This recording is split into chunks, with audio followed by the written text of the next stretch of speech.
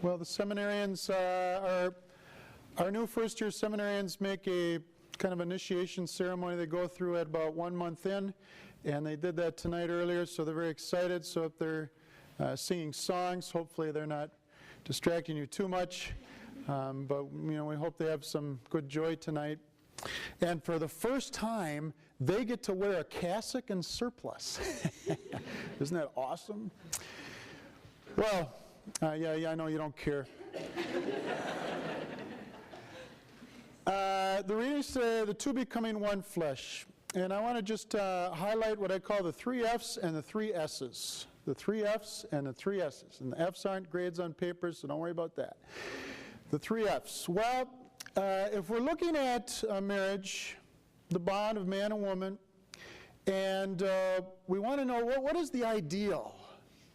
Well, we look the ideal, we have to look to God.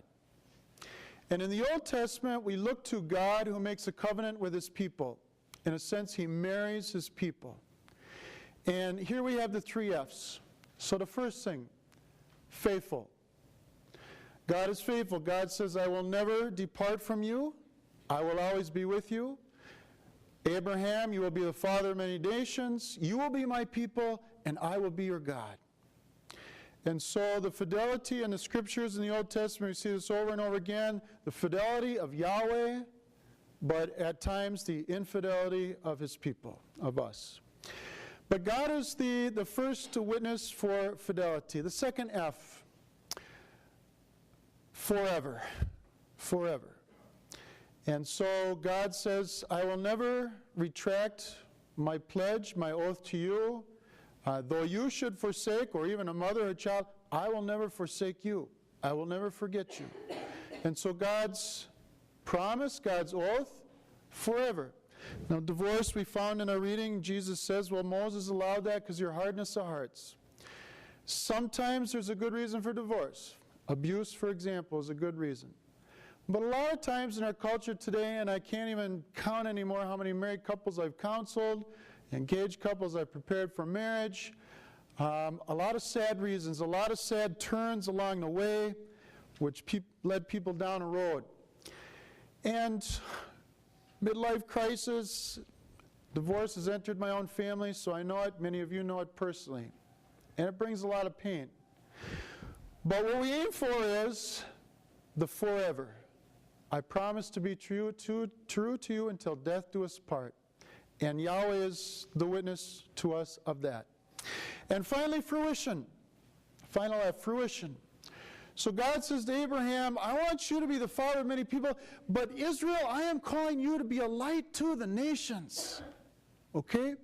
Not just to stop here, but a reverberation of my grace and goodness that you will spread throughout the world. And so also married couples together coming have a fruition of their love. You know, when two people fall in love, I met with an engaged couple the other day preparing for marriage. And I asked them, I was just curious, because I thought, well, it's probably the same stories I get from so many. I said, when you first met each other, and what happened that night? And they said, just what I expected. They said, well, we stayed up talking, and all of a sudden it was 4 in the morning. I said, yep, I knew it. Because over half the couples that I prepared for marriage say the same. First night they met, they hungered to know this person because already there was a yearning to fall in love. And when you're in love, you can't wait to tell someone else about it. I met this incredible guy. He's on the football team. He's a stud. Oh, yeah. I got 2 of them here. Well, so you fall in love, you long to share, right? Love has a fruition. It's the way of love. And so Yahweh with God's people, I want to have fruition. I want you to spread my grace everywhere. And in marriage too. And marriage is called to stay open to life. And I just share this briefly, but in our culture, a lot of times, even with this young couple that I'm meeting, how many children do you want to have, I say? The first person said 2. And the other person said 1.5. And I said, well, we kind of chuckled because you can't have 1.5. But I said to them, be generous. Because the minute you stop being generous, you start being selfish. And selfish is not a joyful way to live. Be generous. Now, just ignore those horns. Pretty soon public safety will be here and everything will be good.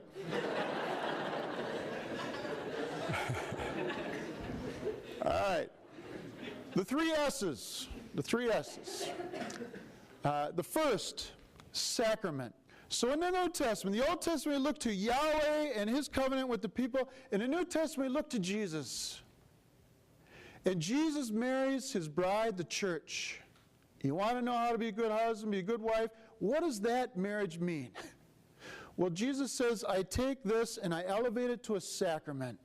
I make it supernatural.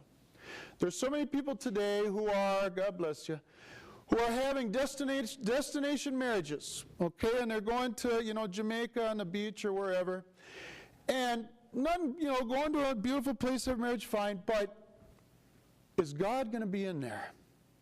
Is God going to be a part of that? Is God the center of it? Because there's a difference between a natural bond and a supernatural bond. A natural bond says, I'm in love with you, goo goo gaga over you, and you're beautiful, and we have a good time together, and we can look at each other and appreciate each other's beauty and gifts each day. But when that day comes, when I recognize, you know what? That person really can't be all things for me. It's impossible. No human spouse could be everything for that other person. We're all human. You say, well, one day you're going to wake up and you're going to say, who is that that I'm living next to? You say, well, that's your wife or that's your husband.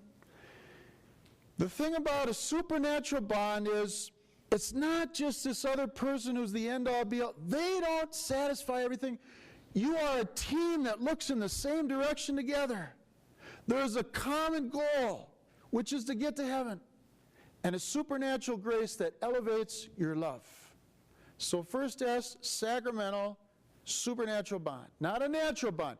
Don't just get married on a beach, okay? I'm telling all you young people. Get married in a church. Have God at the center. Will you do that? Will you make me happy? I'm counting on you. All right. Second S, salvific. You know, when couples stand and say their vows, and even if the homily was bad, the whole thing is beautiful. Because everyone loves love. And you see people giving their vows and you say, wow, this is beautiful. And so it is, two people saying, I, John, take you, Mary, to be my wife. I promise to be true to you in good times, bad, and so on. It's beautiful. But there is a more beautiful day for that couple. And the more beautiful day is when John is at the pearly gates and he looks at God and he says, Lord, I thank you for Mary because she helped me get here. And Mary says, Lord, I thank you for John because he helped me get here. That is the most beautiful day. And so marriage is about salvation. And a final S, sacrificial. There is no vocation that is easy. You got that? No vocation is easy.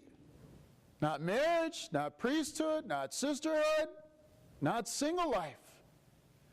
We're all supposed to die in some measure to be free.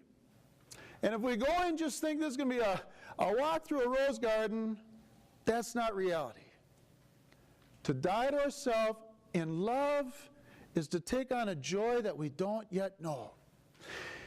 I have maybe shared with you previously, but some young couples, two I think were Catholic studies majors here, and I celebrated their wedding with them.